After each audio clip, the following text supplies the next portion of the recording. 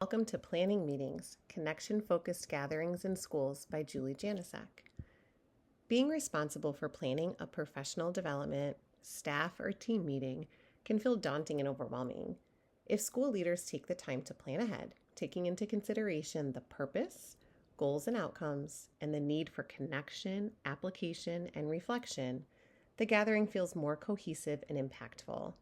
This video will explore the ways to have successful connection-based gatherings in schools before, during, and after the meeting.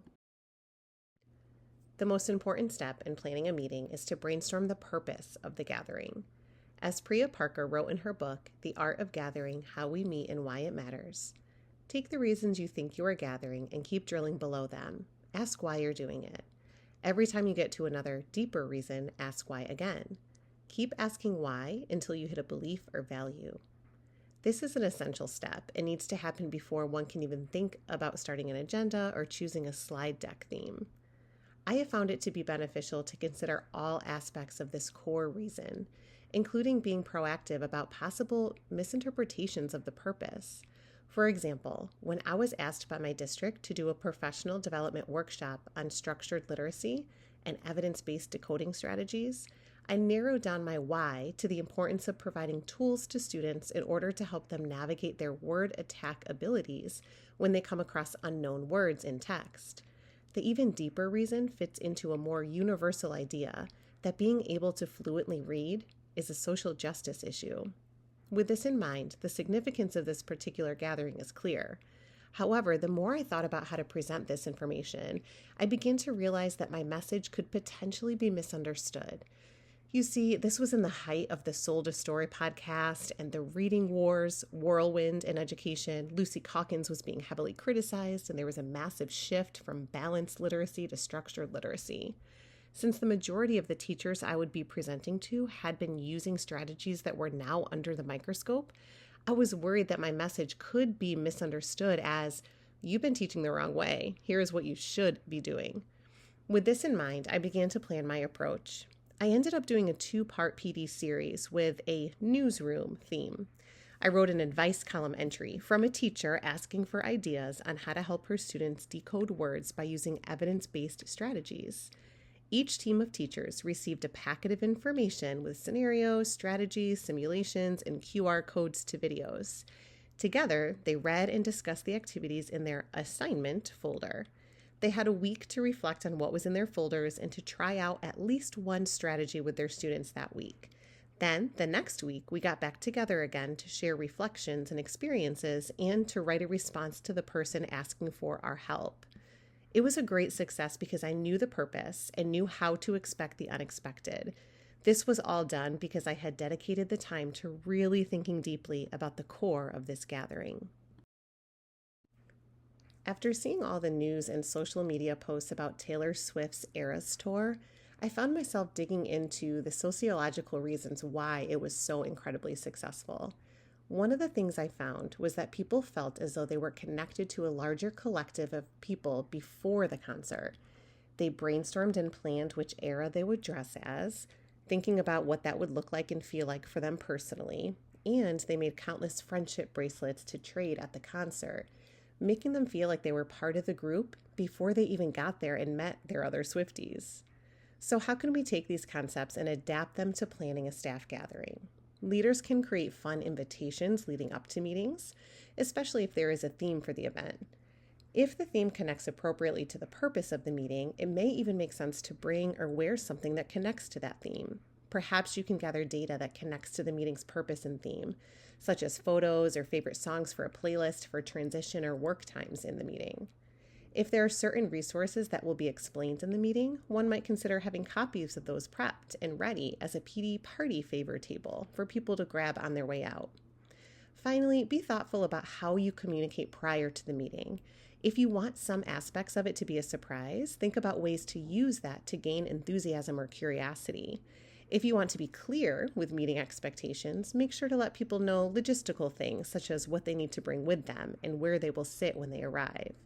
Depending on your purpose, if people feel either curious or prepared, their investment in the gathering will increase. We all have an inner desire for connection and belonging. The more we can appeal to this humanness by creating experiences that foster and nurture connection, the more authentic learning can result.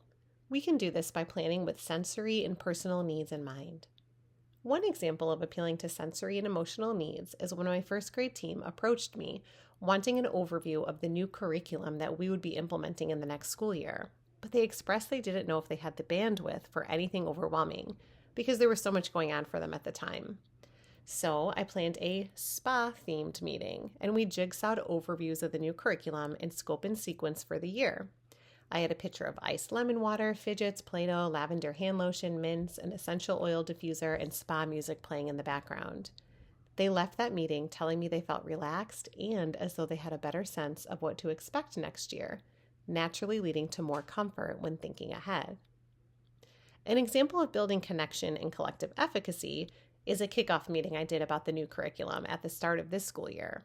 A colleague of mine made a comment last year that stuck with me.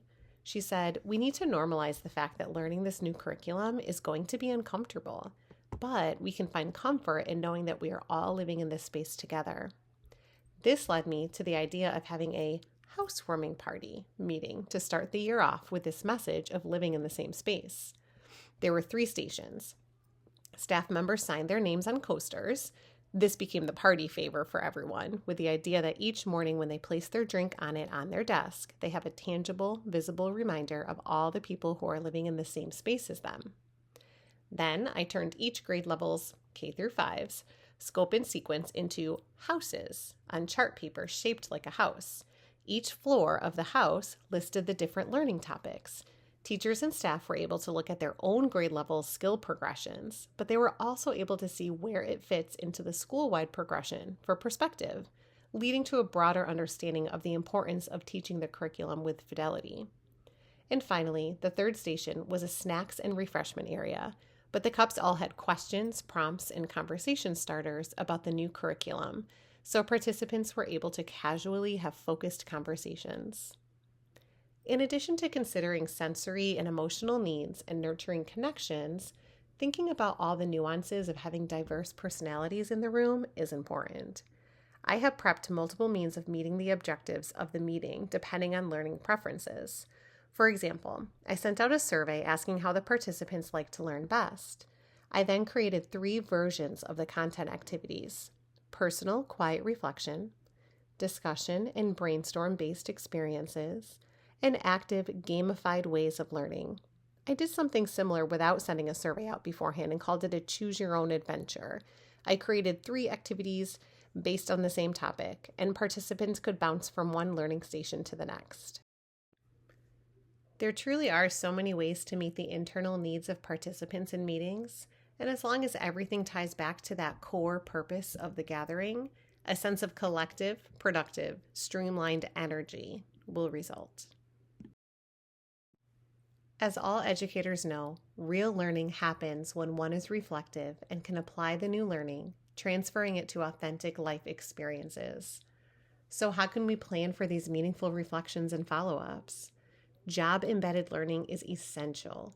Teachers should be able to immediately apply strategies, routines, or perspectives into practice. Depending on the purpose of the gathering, one may have time at the end to reflect and plan. Additionally, having incentives to try and show new learning by collecting artifacts of application can be impactful. For example, I planned a PD challenge over the course of a few months.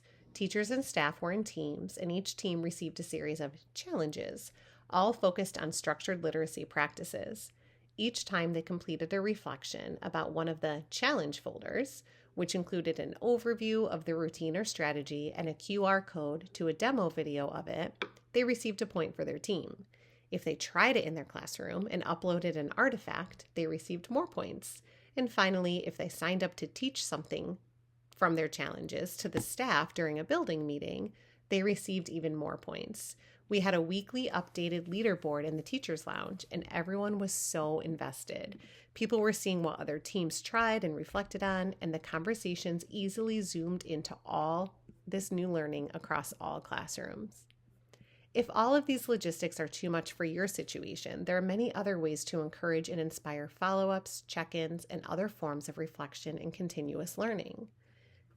Thank you for spending time with me, thinking about ways to make our time planning, implementing, and reflecting on gatherings in schools as meaningful, strategic, and impactful as possible.